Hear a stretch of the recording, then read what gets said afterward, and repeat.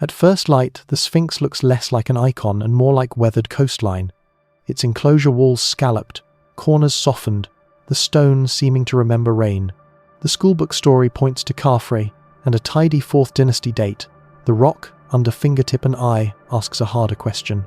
A breeze slips along the trench, cool and a little metallic from damp limestone, and the great face looks past us toward a horizon it has measured for millennia. If the timeline is neat, the stone is not, and in that small tension, tonight's journey begins. Before we dive in, if you truly enjoy what I share here, feel free to hit that like button and subscribe, it means a lot. And in the comments, let me know where you're watching from and what time it is for you. I'm always fascinated to see this community connecting across the world. Now, settle in. Dim the lights, maybe let a fan hum softly in the background, and let's begin. We will honor the rival readings the way a good mason honors a seam. Slow, square, with weight where it belongs. Some geologists read those vertical channels as rainfall from a greener Sahara. Many Egyptologists answer with later weathering, repair courses, and quarry scars. Both claims touch the same stone. To understand either, we need footing names, places, dates, and the quiet discipline of looking twice. Step back a few hundred paces, and the plateau widens into measures. Khufu's pyramid plants its base on about 230 meters aside. The platform is leveled to within a thumb's width. The north-south axis misses true north by less than a breath on the compass. This is not prophecy. It is craft. Limestone casing once ran sharp and bright here. The missing shell is why modern slopes and encodings shift with every chipped edge and chosen unit. Precision remains, but it is precision with tool marks.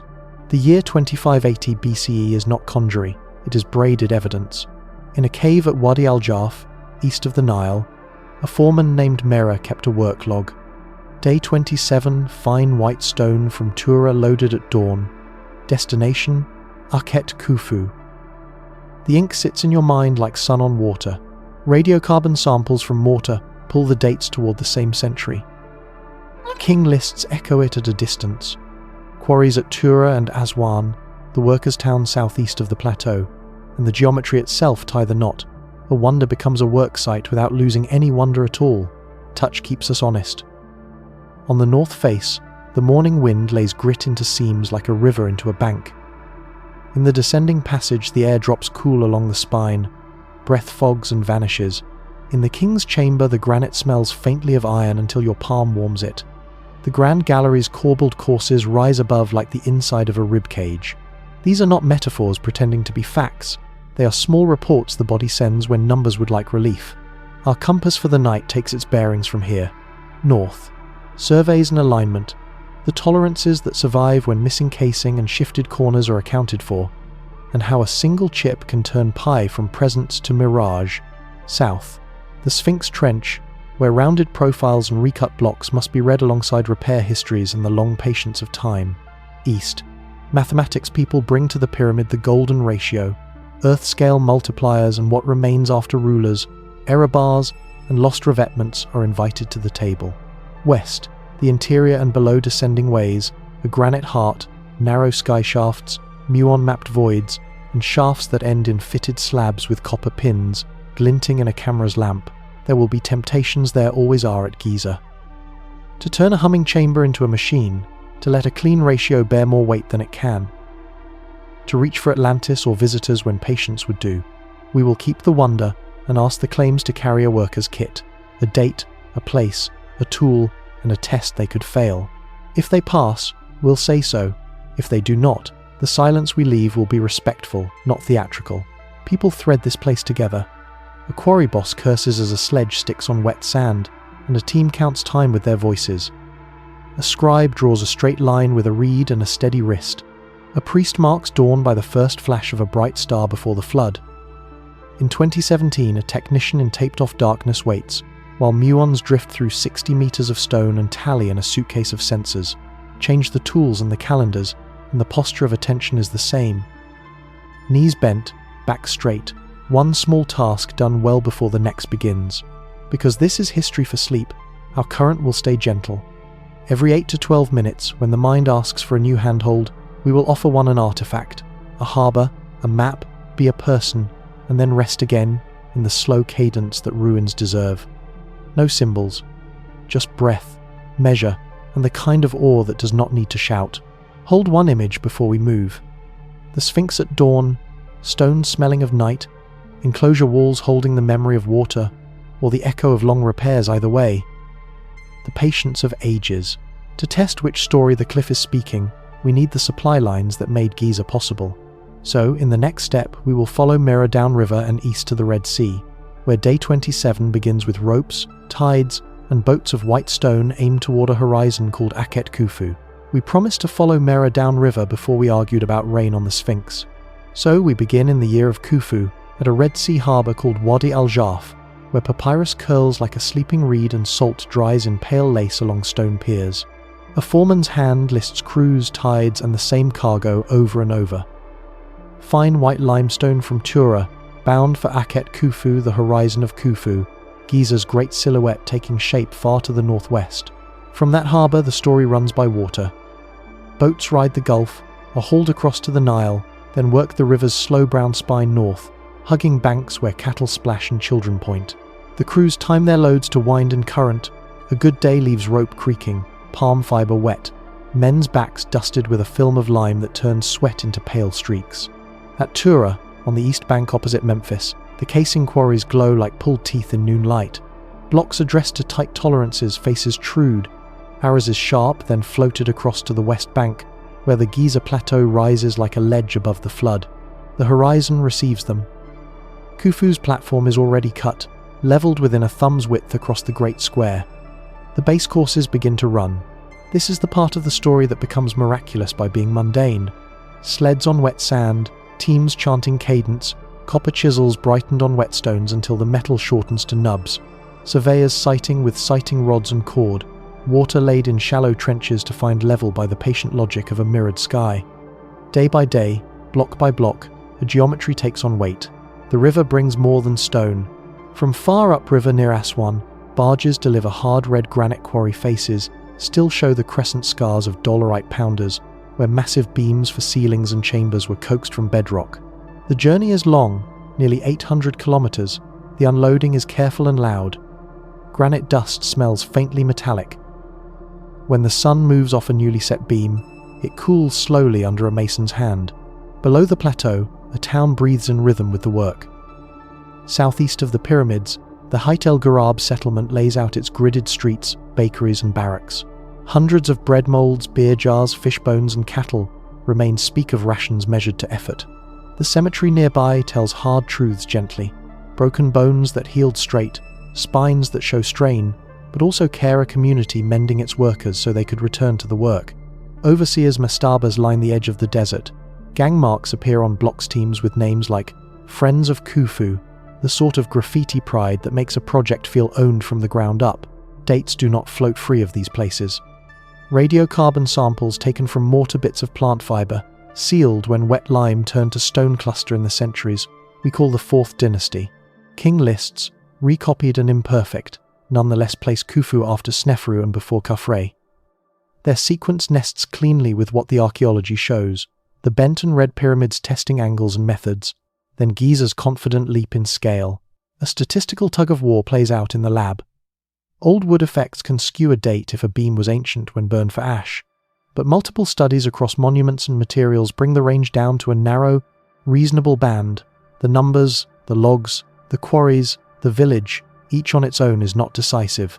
Braided, they carry weight. Climb the ramp with a crew in mind, and the abstractions settle.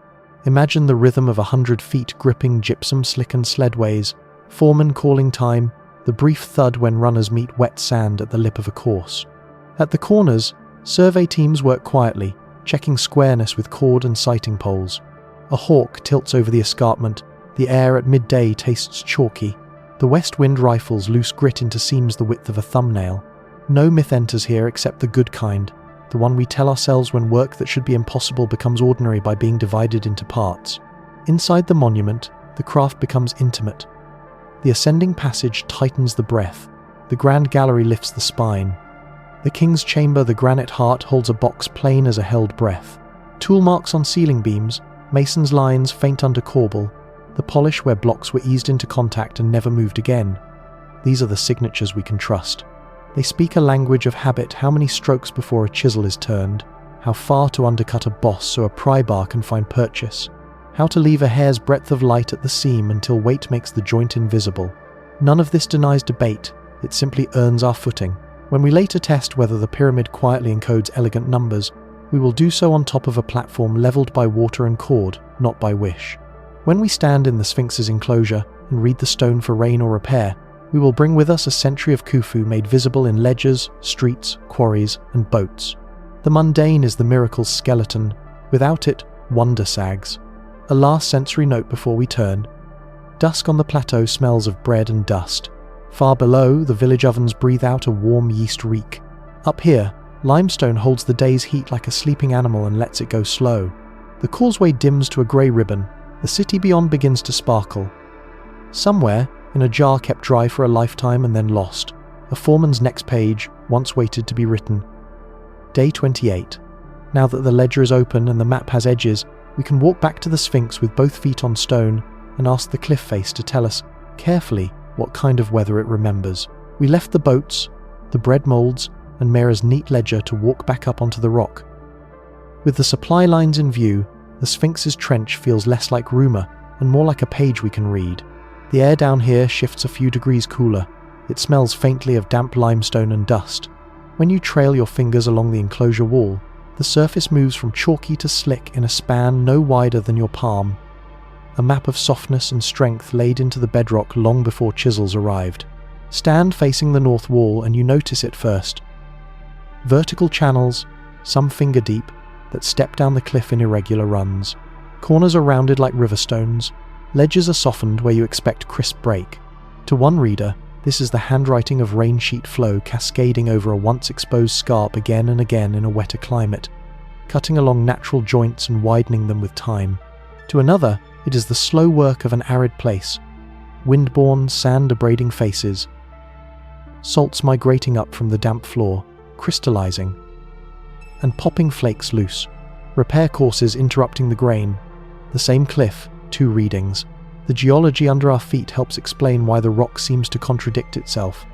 The Sphinx and its trench are carved from layered limestone of the Mokattam Formation. Some beds are harder, packed with cemented nummulites.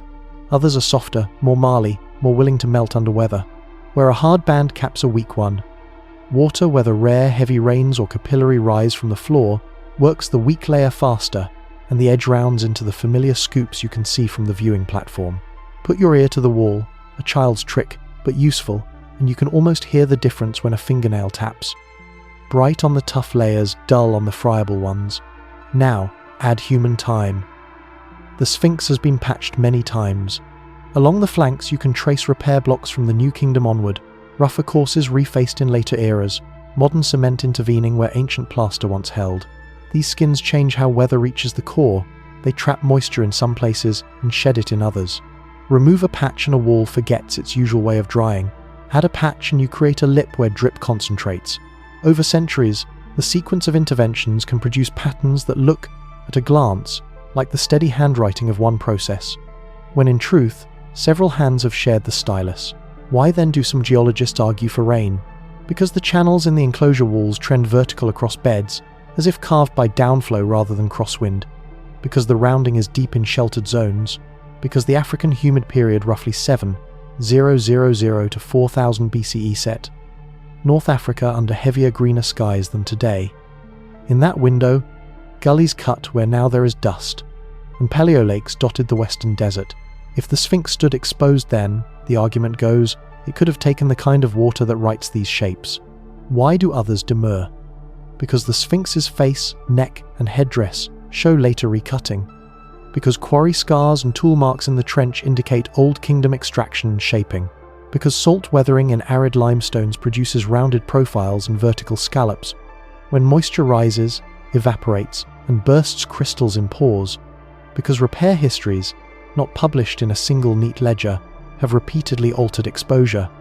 They point to known Old Kingdom dates for the adjacent temples, to reused blocks from the Sphinx trench, to statue fragments and stelae that speak of restoration rather than primordial origin.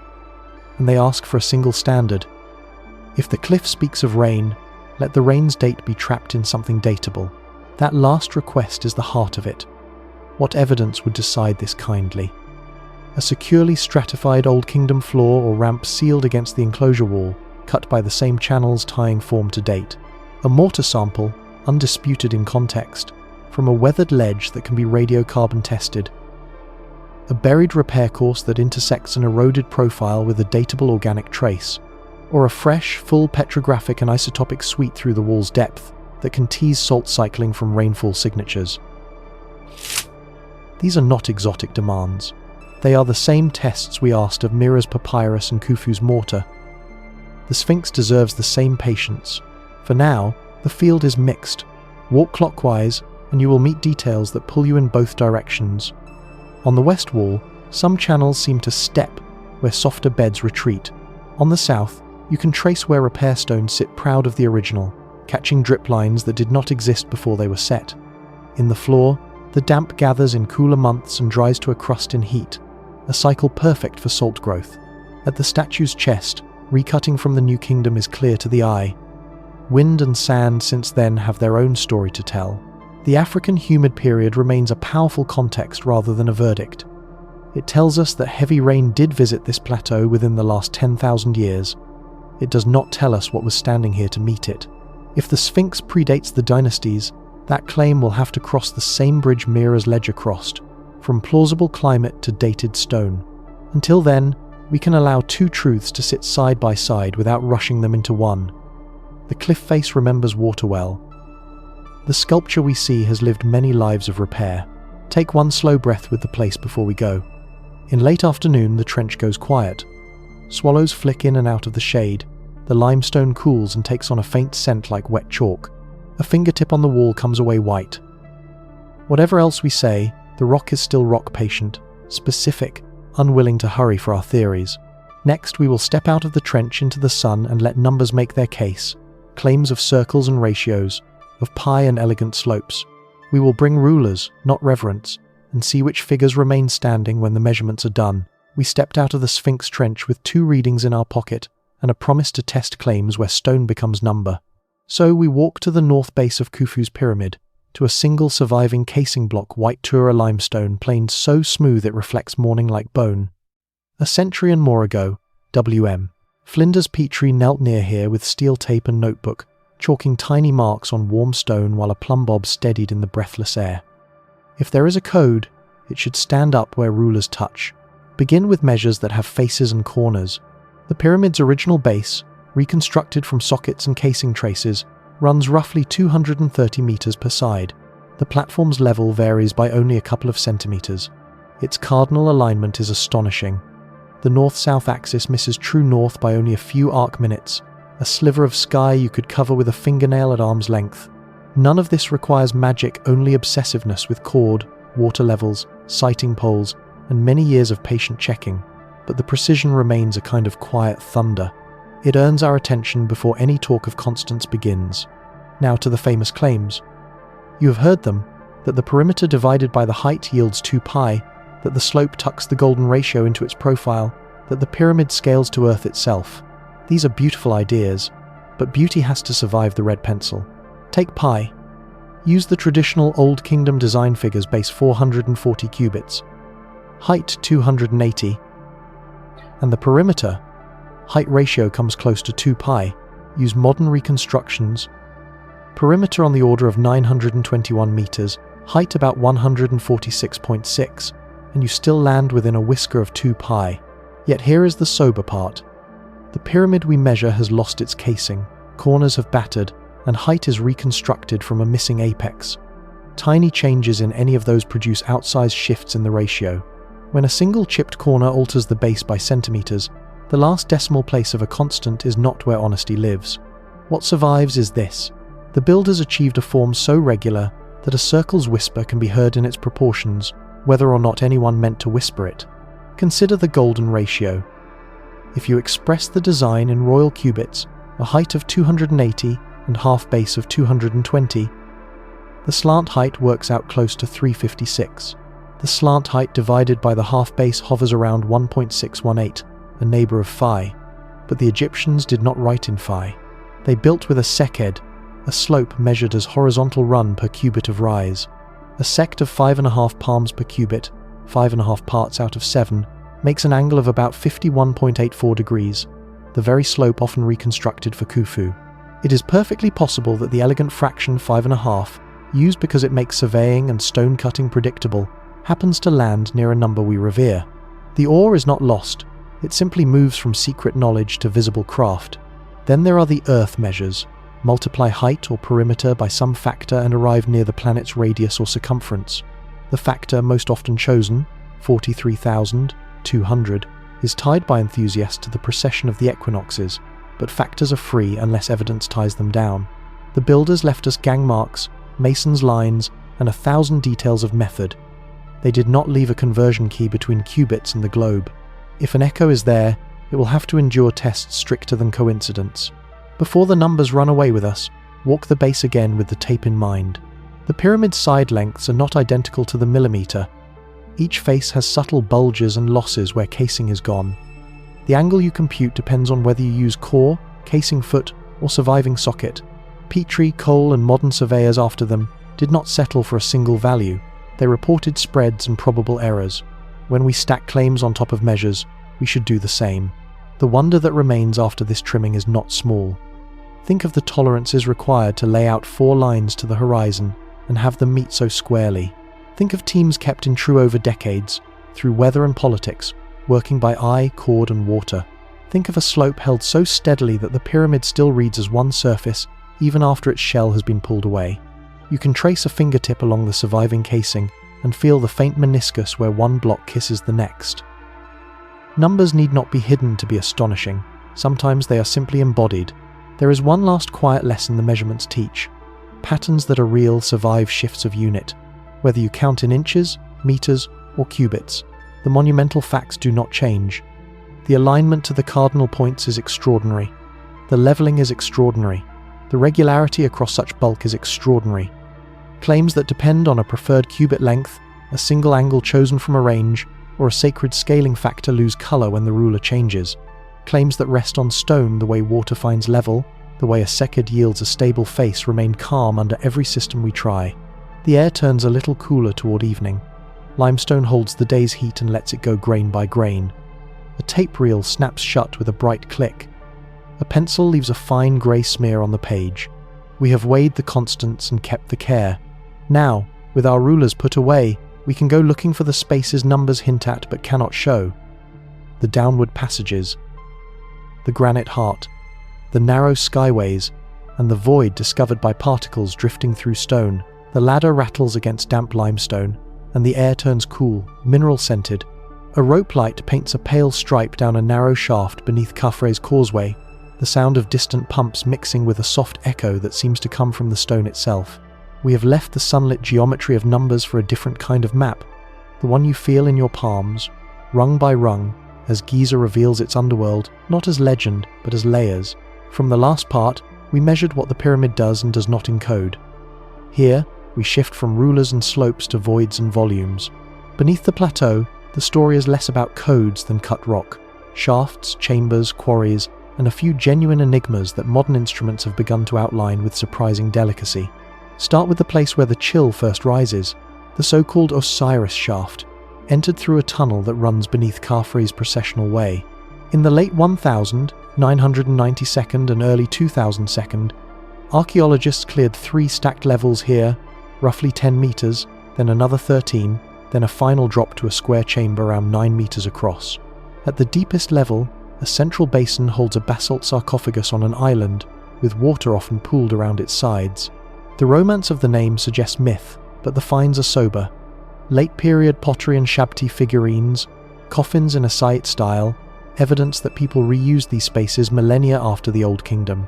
The scale and acoustics are striking. The date, by the artifacts that came up wet and cold in divers' hands, is later. Awe and chronology can coexist. Walk uphill and the stone whispers a different register. The Great Pyramid's subterranean chamber, long known, raw-hewn, unfinished, has tempted speculation for centuries. Yet the most disciplined surveys have often been the most deflating to fantasy.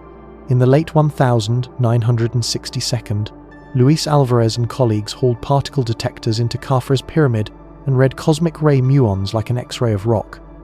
Their verdict then was restraint, no hidden halls within the mined volume their instruments could see. That experiment didn't close every question. No single method can, but it set a tone for what counts as a find. Data, margins of error, patience. Early notes and maps matter too, when read with care. Selim Hassan's excavation reports from the 1,932nd chart bedrock tomb shafts by the dozen, giving cross-sections and depths most visitors never imagine. Napoleon's savants drew Giza with the precision of engineers. Add modern conservation mapping by the American Research Center in Egypt around the Sphinx, and a picture emerges. This plateau was quarried, tunneled, and honeycombed by ancient work, much of it practical material taken out to build what stands above. Then, 21st century tools sharpened the picture. In 2017, an international collaboration used muon radiography inside the Great Pyramid and outlined something we didn't expect. A large, straight void above the Grand Gallery, at least 30 meters long, confirmed by 3 independent detector types. That big void is not a hall with painted walls and treasure. It is a low-density region in the masonry that should not be there if the interior were fully solid. Its purpose remains an open question. Relieving pressure? A construction gap? An abandoned ramp? But the measurement is real enough to change floor plans in textbooks. In 2023, the same broader effort, the Scan Pyramids project, announced another result near the north face behind the chevron blocks. A short corridor-shaped space, about 2 meters by 2 meters in section and roughly 9 meters long, immediately behind the entrance area. Here the instruments converged again. Muography located the anomaly. Ground-penetrating radar and ultrasonic tests refined its geometry. A slender endoscope finally gave the world a grainy look inside. No inscriptions, no artifacts on the floor, just a clean, voided passage where stone should have been, probably a relieving feature for stresses near the entrance, and an undeniable reminder that great masonry can hide small, precise surprises. What about the Sphinx and the rumour loop around secret chambers? The 1972nd and early 2002nd saw geophysical surveys and even targeted drilling around the statue's pores. Some subsurface contrast did appear. Stone is never a single tone. But where cores were taken, they hit natural fissures and layered limestone more often than doorways. Mapping by conservation teams shows cracks, joints, and the scars of ancient repairs, the kind of geology you expect in a monument carved from living bedrock and patched by many hands across many eras. When you put these lines on the same page, a late-period burial complex under a causeway, a raw, unfinished chamber under Khufu's pyramid, a long, anomalous void above the Grand Gallery, a hidden corridor behind the chevrons, networks of Old Kingdom shaft tombs in the cemeteries, the ground beneath Giza, looks neither empty nor exotic. It is busy, it is engineered, and in a few places it is still puzzling, but the shape of the map that emerges is more interesting than any single myth. A layered infrastructure in which quarry cuts became passages. Passages connected to tombs, and relieving spaces hid in plain sight behind stone that kept its secrets well.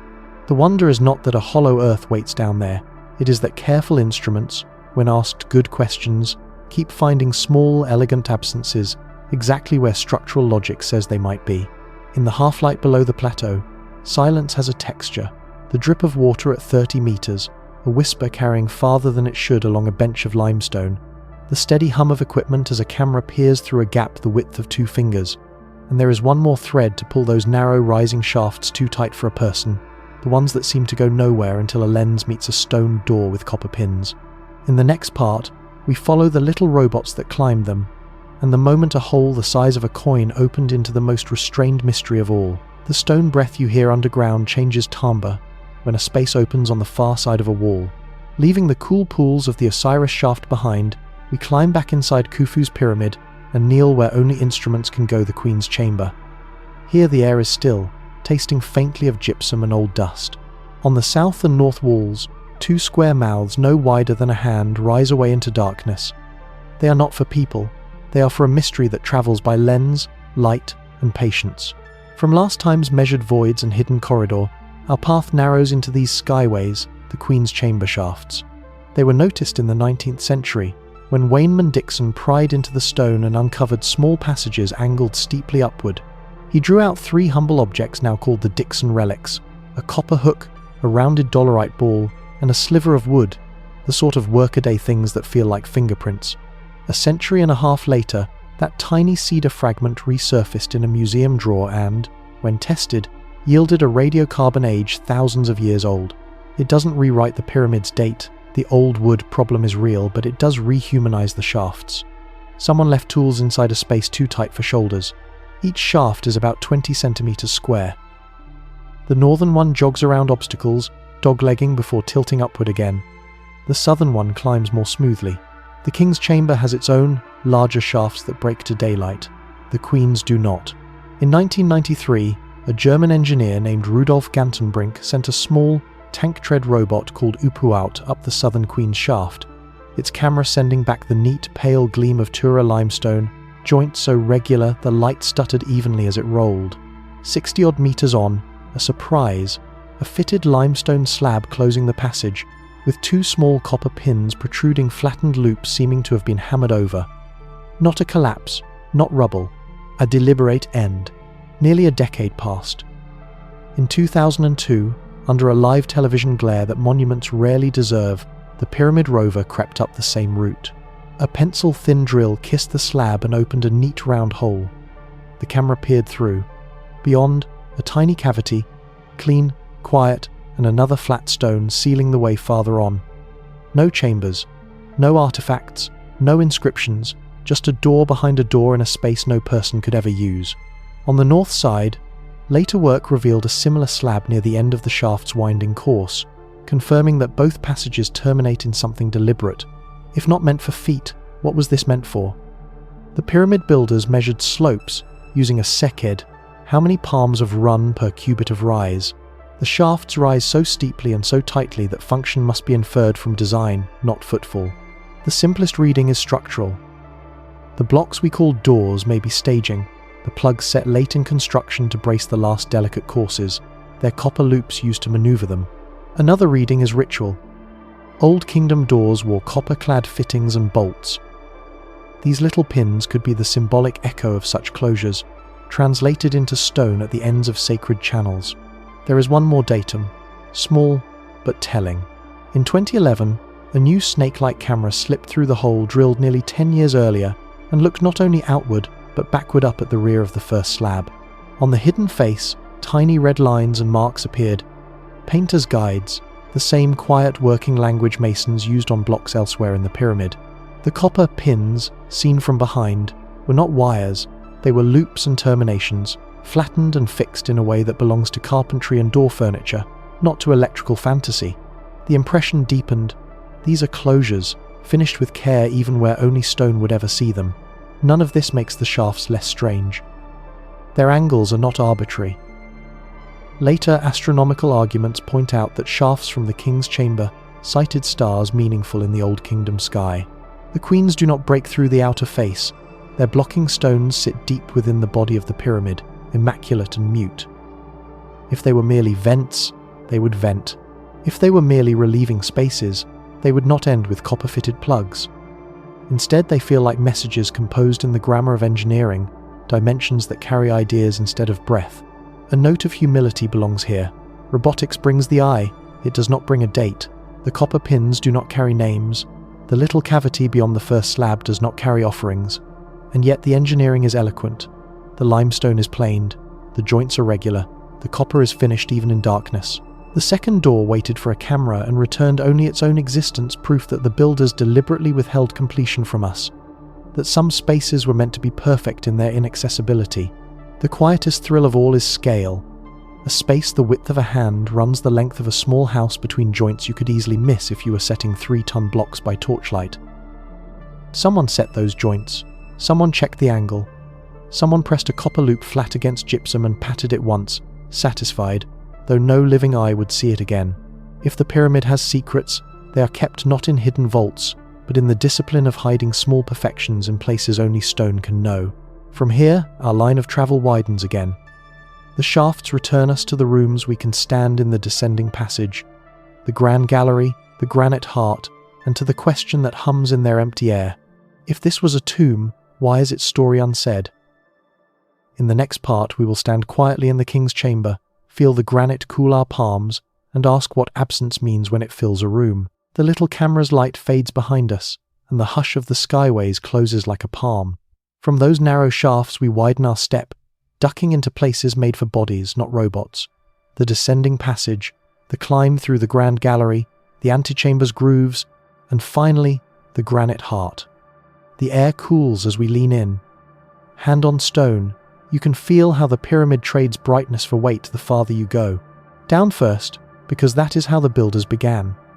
The descending passage runs straight into the bedrock, a tight, polished chute that forces shoulders narrow and eyes careful. The walls gleam faintly where countless hands have smoothed them. The angle keeps your legs braced as if against a wave. It empties into the rough subterranean chamber raw, unfinished, its floor a tangle of abandoned cuttings. Whatever the original plan was down here, it changed. Above, the ascending passage branches away, and with it the intention of the whole interior. The grand gallery takes that intention and turns it into theatre of stone. About 47 meters long and 8 meters high, it climbs like an interior ravine. Courses corbelled so that each layer steps inward by a hand's breadth, the joints disappearing into shadow. On the floor, a shallow trench runs the length. On the ledges, a rhythm of slots and shoulders that once carried heavy timbers. Above the gallery, relieving spaces will later prove to be stacked like book pages, easing the weight that presses down on the room where we are going. The antechamber still speaks in the quiet grammar of security. 3 granite grooves in each wall, the guides for portcullis slabs that were once lowered to seal the king's chamber beyond. Those doors are gone now, likely smashed and dragged aside in antiquity, but the grooves remain, practical and eloquent. If this interior had no funerary purpose, it learned a convincing language to pretend it did. Then the king's chamber. Granite on granite, walls of Aswan blocks set with joints so tight they are more a change of tone than a line. A ceiling of titanic beams laid over 5 tiers of relieving chambers. Davison's in 1765, then the higher 4 revealed in 1837 that sip the weight away from the flat span below. A plain granite box sits at the western end, too big to have been brought through the passages, so it must have been set before the room closed around it. The box is empty. Its lid is lost. One corner shows a bite taken by a chisel in some long-ago breach. There are no hieroglyphs on the walls to guide a soul. The silence here is total enough that your own breath sounds like an instrument learning scales. It is in this room that the story often splits. If a tomb, where are the texts and treasures? The answer begins with time. In the Old Kingdom, the practice of inscribing pyramid texts belongs to later kings, first clearly in the inner rooms of Unas at Saqqara. Khufu's century was earlier, when walls did not yet carry spells. Silence on stone was the rule, not the exception. Where guidance was needed, it rode in a priest's mouth, or on the goods a burial carried. Later, in the Valley of the Kings, the walls will shout with books and gods. Here, form and plan held the liturgy.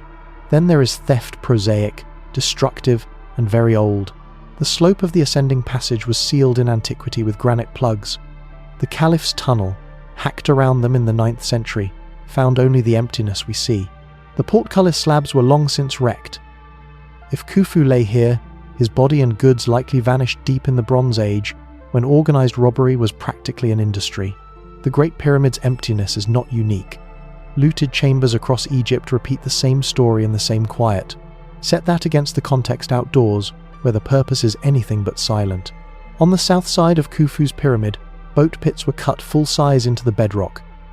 In 1954, one yielded a cedar ship of astonishing craft, planks stitched and pegged, long enough to carry a king with the sun god. Nearby, pits and subsidiary tombs line the causeways. The whole necropolis moves to a funerary rhythm.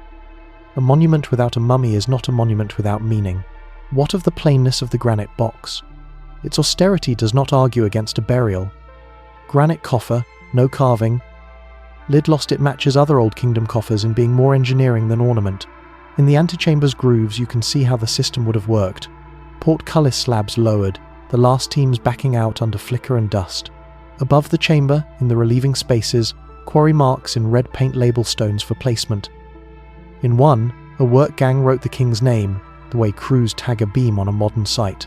It is the everyday handwriting of a project, not the flourish of a myth. Silence then, is doing several jobs at once. Structurally, it is the absence of weakness. No niches for robbers to pry, no soft plaster to hide a void. Theologically, it belongs to an older phase of royal theology, when the king's ascent was arranged by architecture, the orientation, the passages, the air shafts rather than by text to be read on walls. Historically, it is the echo left by theft. Put together, the quiet we stand in is not emptiness. It is a layered decision, and later a wound, a last sensory breadcrumb before we leave. If you rest your palm on the west wall and wait, the granite slowly takes your heat. The room smells faintly of iron and dust. Somewhere beyond the beams, the relieving spaces hold air that has not moved in 4,500 years. When you step back into the gallery, your footfall answers you with a soft, even note. The corbel catches the sound and sends it along. Outside, other stones do speak. 2 later stelae, one about Khufu as restorer, one about a prince who cleared the Sphinx weight in the sun, their red granite words trying to remember what the interior chose not to say. In the next part, we will read those voices closely, weighing memory against motive. When you step back out of the granite hush, the sun feels almost noisy. Heat lifts from paving stones in slow waves, and red granite holds a dull shine you can see even with your eyes half closed.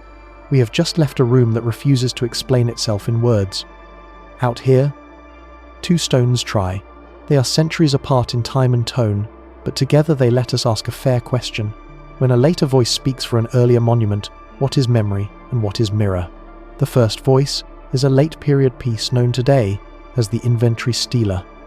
Auguste Mariette found it in 1858, near the ruins of a small Isis temple at Giza. Its Egyptian museum number is simple enough, its message is not. The text, carved more than 2 millennia after Khufu, tells a story that reaches backward. It names Isis as mistress of the pyramid, mentions Horus in the horizon by a term later used for the Sphinx, and paints Khufu not as creator of a sacred landscape, but as a pious caretaker who restores, furnishes, builds chapels, and honors an already ancient sanctuary. The date matters. Most scholars place the Stela in the Saite era, the 26th dynasty long after the Old Kingdom. Late priests loved to anchor their present rites in pharaonic antiquity, and backdating a local cult's prestige by invoking Khufu's reverence would have been entirely in character. In that reading, the Stela is a mirror. It reflects the politics and devotion of its own age, casting a golden light backward to make an older site feel timeless. It remembers, but it also reshapes. And yet, memory is not nothing. The Inventory Stela's details are fussy in a way fiction seldom is. It lists statues, offerings, and specific acts of maintenance. It places Isis in Giza's spiritual map with confidence. It tells us that by the 1st millennium BCE, there was a tradition, right or wrong, that the plateau's power predated any living priest by a span too large to name. That feeling of depth matters, even if the document is not a time machine. The second voice is older and more personal. The dream Stela of Thutmose IV, set between the Sphinx's paws around 1400 BCE, when Egypt's 18th dynasty was young and strong. Its top is broken, its meaning is famously clear. A prince, hunting and heat-drunk, sleeps in the shade of a head and chest that rise from dunes. In a dream, the god speaks and complains of sand throttling his throat. If the prince will clear him, the god will make him king. The prince wakes, sets men to work, restores, dedicates, and later returns as pharaoh to set this very stone in place. It is easy to see propaganda here, because it is propaganda, a younger son legitimizing a sudden rise by divine favor. It is also a restoration record entirely consistent with the archaeology. The Sphinx enclosure shows New Kingdom repair blocks. The statue bears recutting at the face and headdress. In the reign of Thutmose IV, the sand did lie high. The Stela does what good inscriptions often do.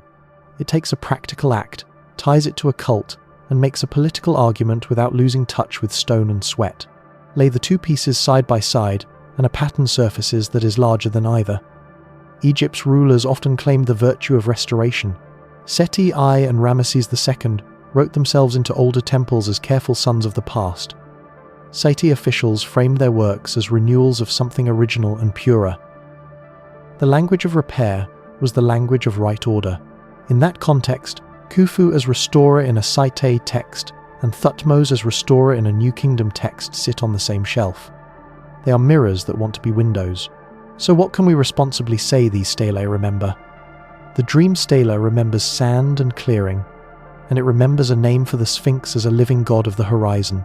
It also remembers a political need and satisfies it elegantly.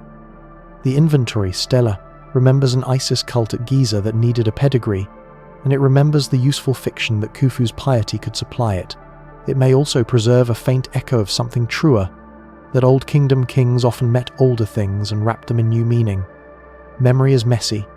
It can be sincere and self-serving in the same paragraph. Sensory truth helps keep our feet on the ground.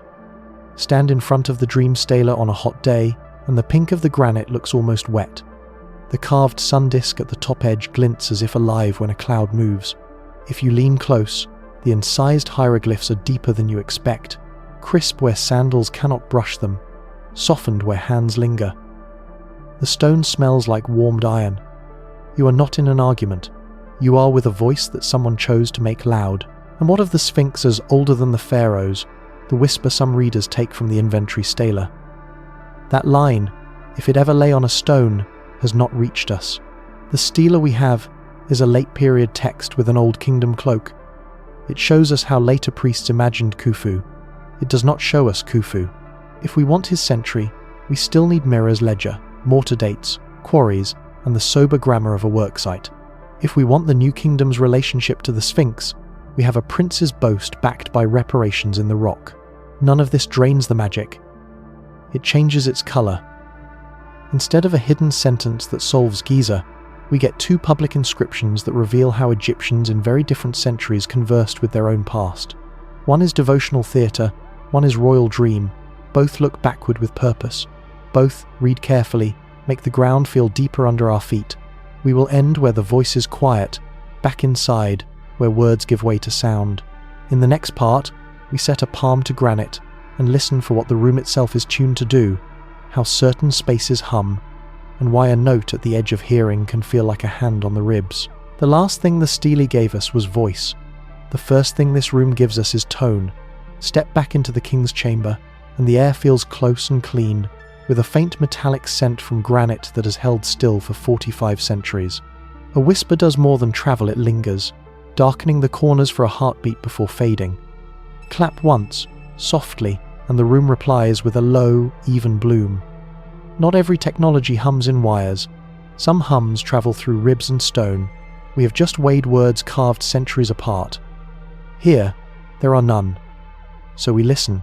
The chamber is a box with particular measures about 10.5 meters long, 5 and a bit wide, just under 6 high, surfaced in hard Aswan granite on all sides.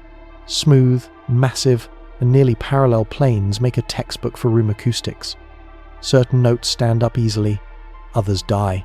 Engineers who have tested the space with sine sweeps and soft percussion report clear resonances in the low male voice register tones you can sing and feel in the breastbone. The granite, dense and reflective, does not drink those notes, it hands them back. This is physics wearing a simple coat. In any rectangular room, sound waves bounce between faces. When wavelength and dimension match, pressure builds and a standing wave forms.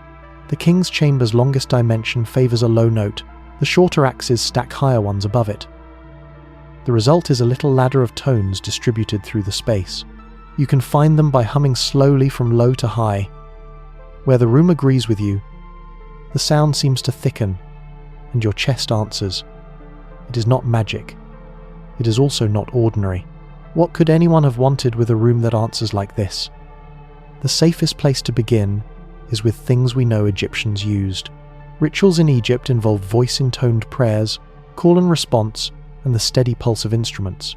We have sistra, rattles of metal and reed, clappers, drums, long, deep trumpets, harps strung to human reach. In a resonant stone box, even a small voice grows tall. A single drum beat acquires a tail that can guide breathing. Low, sustained tones near what musicians call 1-1-0 hertz. The A below middle are easy for a male choir to hold and pass between them, and that frequency is notorious for lodging in the body like a kind hand on the ribs. Other cultures use stone to similar ends, and here the comparisons are useful. In Peru's highlands, at Chavin de Huanta, archaeologists and acousticians have shown how narrow stone galleries carry the sound of pututu conch trumpets so that tones seem to bend around corners and arrive as a presence rather than a point. In Malta, beneath streets and sunlight, the hypogeum's carved chambers answer deep chant with a soft, steady shiver, a sweet spot that invites voices to settle together. None of those places are Egypt. Each shows that shaping rock to shape sound is older than any modern stage. There is a caution to keep in view. Resonance is powerful, not mystical. When people claim that granite and quartz generate forces beyond physics, we step away. The chamber's behavior can be described with rulers and equations. It is precisely because the explanation is simple that the experience feels trustworthy. Stand 2 paces from the granite box and sing a comfortable low note. You will hear the room decide whether to join you. When it does, the sound thickens as if a second voice has come awake right beside your own. Could this have served a practical role beyond awe? Possibly. In any large stone building, acoustic cues help people coordinate signals for closing portcullises, for timing processions, for calling workers in dense darkness. The Grand Gallery's long, corbelled vault answers footsteps with a steady, even note that carries farther than a shout without tearing the throat. Inside the king's chamber, a small group could keep time with breath alone. In a world of oil lamps, that is not nothing. The ritual possibilities are richer, and here we stay honest. The Old Kingdom's royal theology does not specify, sing here at this pitch, but architecture and cult reinforced each other everywhere else. Shafts aligned to stars named in pyramid texts, harbours cut for solar boats, causeways oriented to sightlines. A room that cares about certain tones would have offered priests a tool they could feel working. The very plainness of the walls, the lack of painted narratives may have sharpened that effect, leaving sound and presence to do what images later would. Not every space in the pyramid answers the same way. The subterranean chamber is rough, broken and porous. Sound falls into its angles and does not return cleanly. The Queen's chamber, with its niche and softer limestone, feels lighter, less willing to sustain a note. The Grand Gallery, tall and sloped, throws your own footfall back at you in a narrow band that encourages a slow, even pace. Each room therefore teaches different behaviour. You change your gait without being told. You lower your voice without being ordered. Architecture becomes choreography, a small reset for the senses. In the king's chamber, if you press your fingers lightly to the west wall and hum, you can sometimes feel a faint tickle in the fingertips, bone and stone sharing a vibration. Step 3 paces to the side, and it fades. Knee level, the sound thickens differently than at shoulder height. This fickleness is a map drawn in air. It rewards stillness first, then exploration. What we have not found is just as useful. No hidden organ pipes, no hatches behind the granite box, no secret machinery waiting to wake up when a frequency is right. What we have, instead, is a room designed so exactly that air behaves predictably inside it. Put disciplined voices here, and a ritual could fill the space with tone, as if with smoke. Put one voice here, alone in darkness, and a human being would feel accompanied by nothing more than his own breath, steadied and returned to him. There is a wider story to hear next. Egypt was not alone in building stone that answers. From carved caves in France where painted walls line up with echoes, to temples and mounds that seem to shape chant into atmosphere, other places on the map hum when you ask them gently. In the next part, we will step out across that wider world, compare puzzles plainly, and see what travels well across deserts and oceans, and what refuses to travel at all. We leave the tuned hush of granite and step out to a larger map. If sound can be shaped by stone, what else have stones, in other places, been asked to do? The past is generous with puzzles. It is stingy with shortcuts. Tonight we walk carefully among 4 that are often pressed into a single story and ask them to speak for themselves. On a dusty ridge above Şanlıurfa, southeastern Turkey, the air at dawn smells faintly of wild thyme. Here, at Göbekli Tepe, stone rings and T-shaped pillars rise from a hill that was once deliberately buried. The dates radiocarbon pinned fall deep into the pre-pottery Neolithic, around 9,600 to 8,200 BCE. The pillars carry reliefs: foxes, boars, birds, snakes, abstract hands folded across stylized bellies. There are no houses nestled among them, no hearths clustered for village life. It looks like a place made mainly to gather, to mark, to feel small together. The engineering is impressive but legible. Limestone quarried meters away, pillars moved by teams who knew leverage and rope, a hill landscaped by repeated building and backfilling. No metal, no wheels. The wonder here is not a machine we have missed, it is coordination season after season of hands, finding the same rising curve of a pillar's edge and a ritual logic old enough to reset our sense of early. Walk west in your mind to Wiltshire chalk. The wind at Stonehenge tastes of rain and flint. Larks disappear into the sky. The monument we know is not a single act but a long conversation, beginning around 3000 BCE with a circular ditch and bank, shifting through timber and then into stone phases around 2600 and 2400 BCE. The Sarsens local, huge stand and lintel their way into that unmistakable silhouette. The bluestones smaller, spotted dolerites come from far Wales, moved by river and land in ways still argued in good faith. There are post holes, cremations, avenues aligned to solstice sun, and nearby, along the Avon and at Durrington walls, evidence of feast that likely filled the plain with smoke and voices. Again, the surprise is not hidden technology, it is the patience of repeated planning and the stamina of a landscape used as a calendar you can walk inside. South and east, at Baalbek in Lebanon, high summer presses heat into golden limestone. At the Roman sanctuary of Jupiter Heliopolitanus, columns climb 20 meters and more. At the base of the platform, three giants, the famous trilithon, sit shoulder to shoulder, each block roughly 800 tons, with even larger blocks abandoned in the quarry downhill. The lift still startles the modern eye, but the context is good Roman engineering. Ramps of earth and stone, rollers, cribbing, the incremental bite of iron tools, and the grammar of imperial display. The purpose is not secret, it is theatre for gods and empire. What's anomalous is scale, not method. If anything, Baalbek shows how far a society can go with ordinary machines, abundant labour, and an appetite for spectacle. Then the sea, blue and glassy off Yonaguni, the westernmost of Japan's islands. A diver in 1987 follows a school of fish and finds steps, terraces, right-angled ledges 5 to 25 meters down, wrapped in kelp and surge. From above, the formation photographs like a ziggurat. Underwater, a ledge can look like a cut. Here the debate shifts from archaeology to geology. Sandstone, laid down in flat beds, fractures along joints, currents clear sand and sharpen corners. Earthquakes can drop whole packages. Some trained eyes still argue for human modification tooling at edges, shallow channels that seem more than mere cracks. Others, equally trained, see only the patient work of bedding planes and faulting. There are no hearths, no tools in stratified sediment, no datable cultural layer cemented to the rock. The sea is a powerful editor. Yonaguni remains a place to practice humility, a reminder that not every straight line belongs to a planner, and not every terraced shape is a terrace built by hands. Now lift your eyes from the four and look at the habit that links them in popular retellings. Atlantis, ancient visitors, sudden lost sciences. Those are stories, not data. They carry a mood longing for a time when we knew more than we do now, and, like all good myths, they wrap truths in images.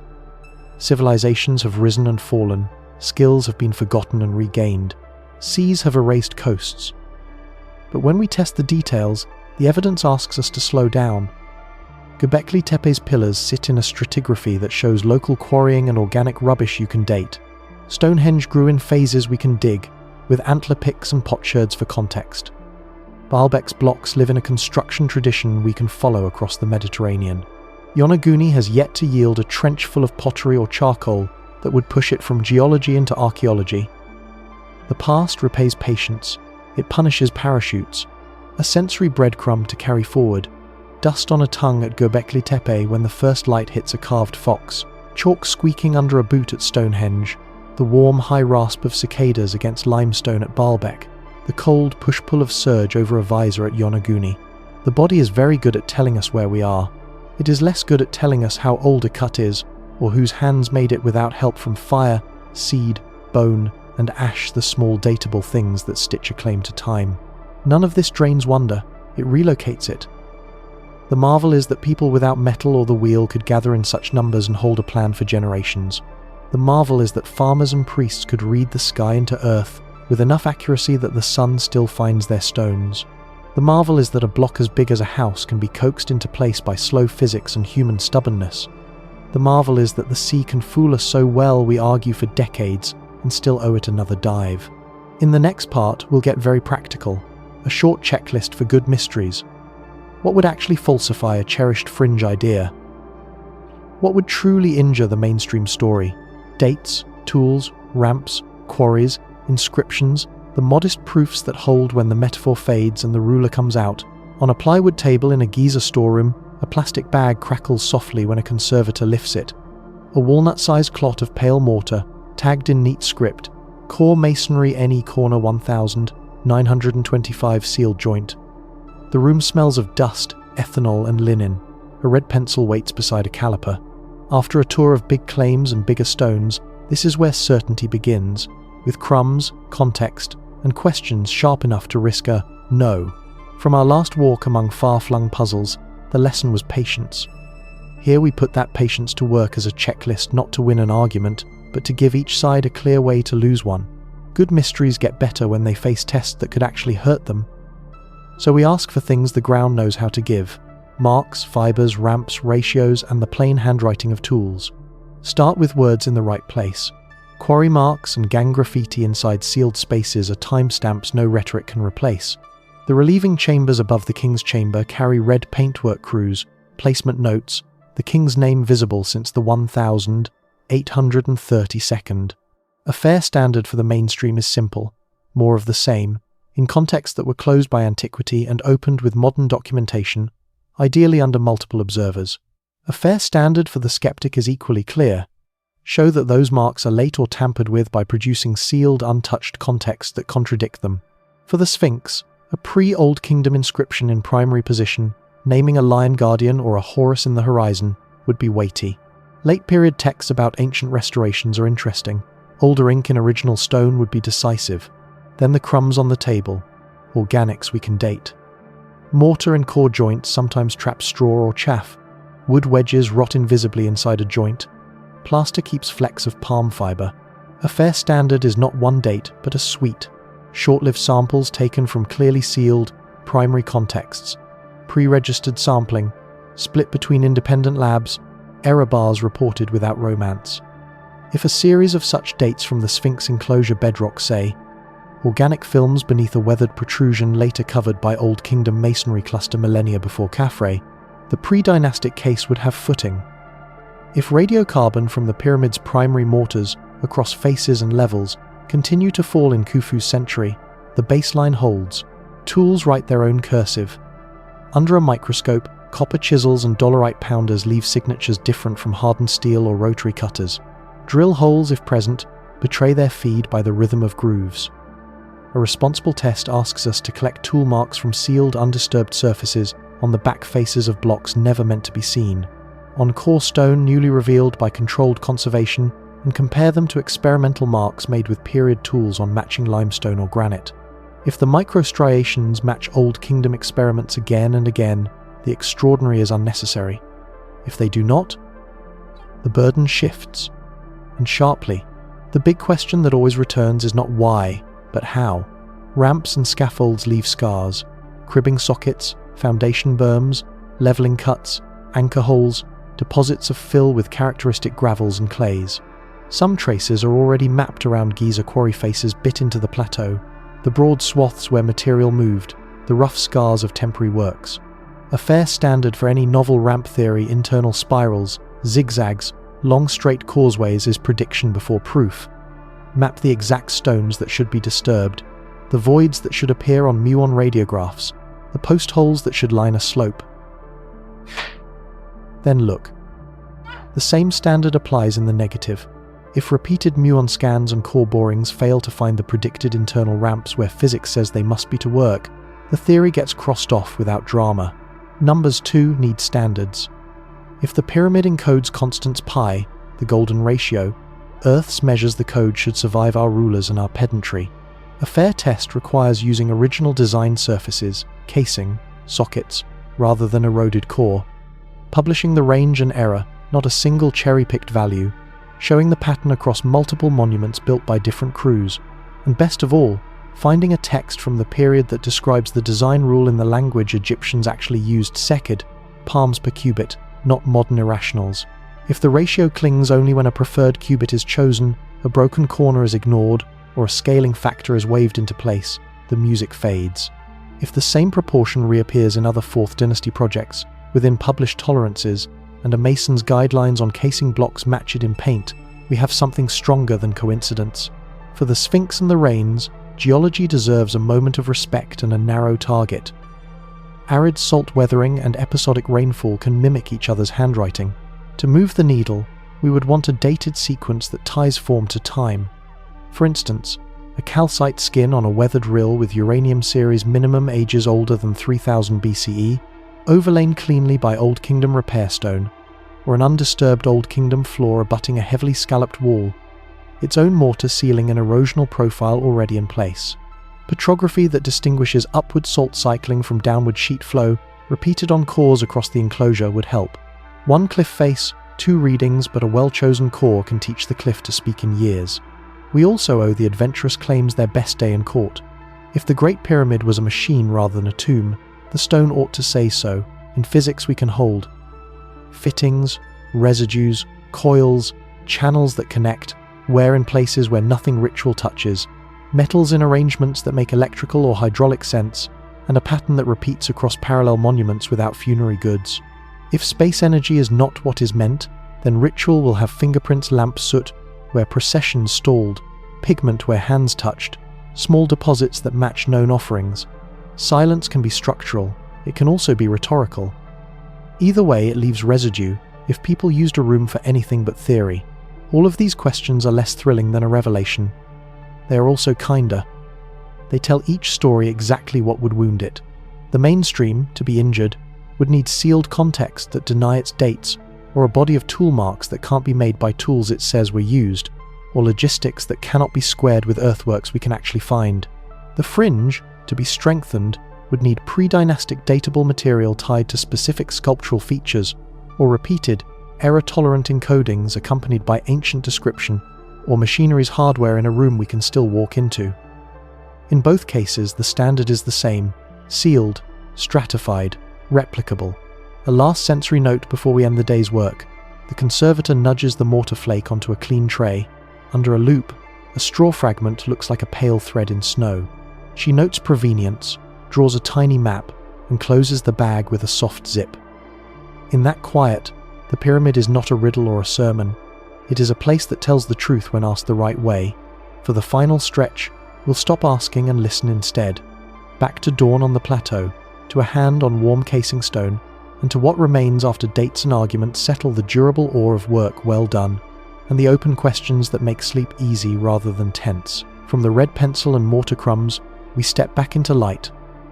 The questions have been asked cleanly, and they will keep.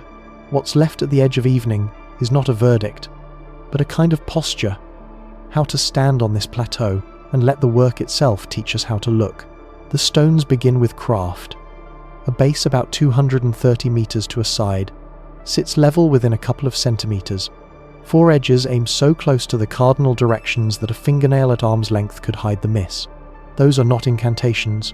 They are the result of cords pulled tight, sighting rods squared to the horizon, water pooled in shallow channels until surface and sky agreed. The tools are humble, the attention is not. You can picture a surveyor's apprentice in 2580 BCE, lowering his reed to the meniscus and holding his breath, an ordinary act, repeated until a plane turns to a plane. Craft becomes logistics the moment the first casing block floats across the river. Tourers' quarries flare white at noon. Boats slide against current and wind. Sled runners hiss over wetted sand to a chant that keeps feet together. The number of hands fades in and out of argument, but what endures is tempo. Bread issued before dawn, team marks brushed in red on a block's back, a foreman's tally scratched into a board with a bronze point.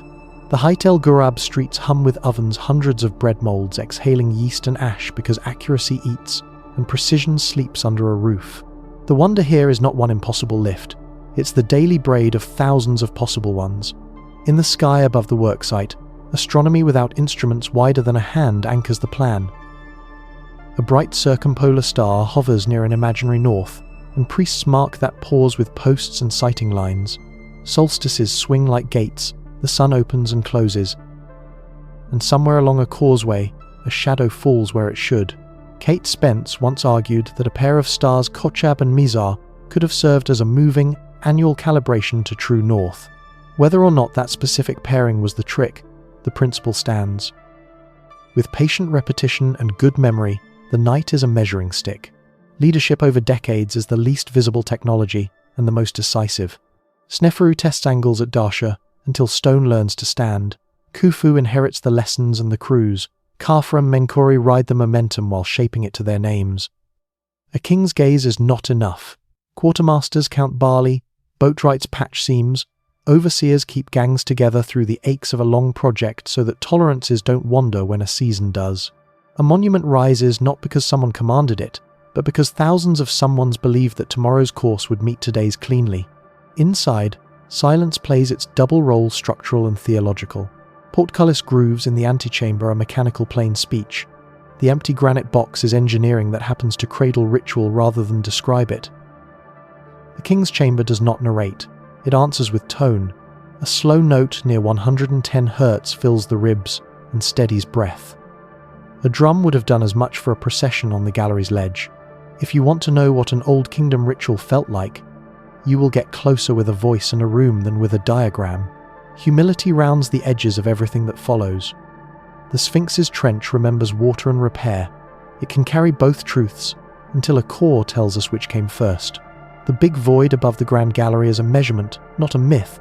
It makes the plans better without deciding a purpose. The small doors in the narrow shafts are not revelations, but the kind of detail that keeps faith with a builder's temperament, finishing the hidden face, because finish is what one does. We don't need a machine to be astonished. Practical ore lasts longer. One sensory breadcrumb to keep.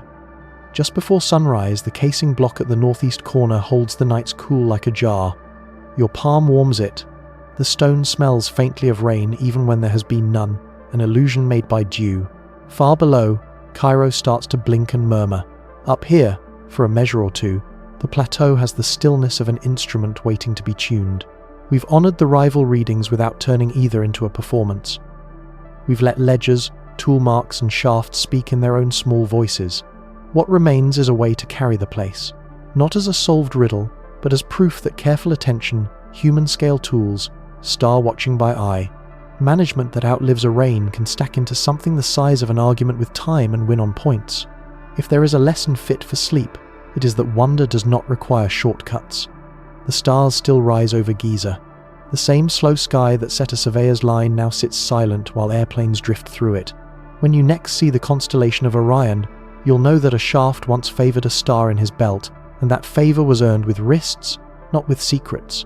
The measure of our looking will be the care we bring to it, the willingness to let a maybe be kind and a no be clear.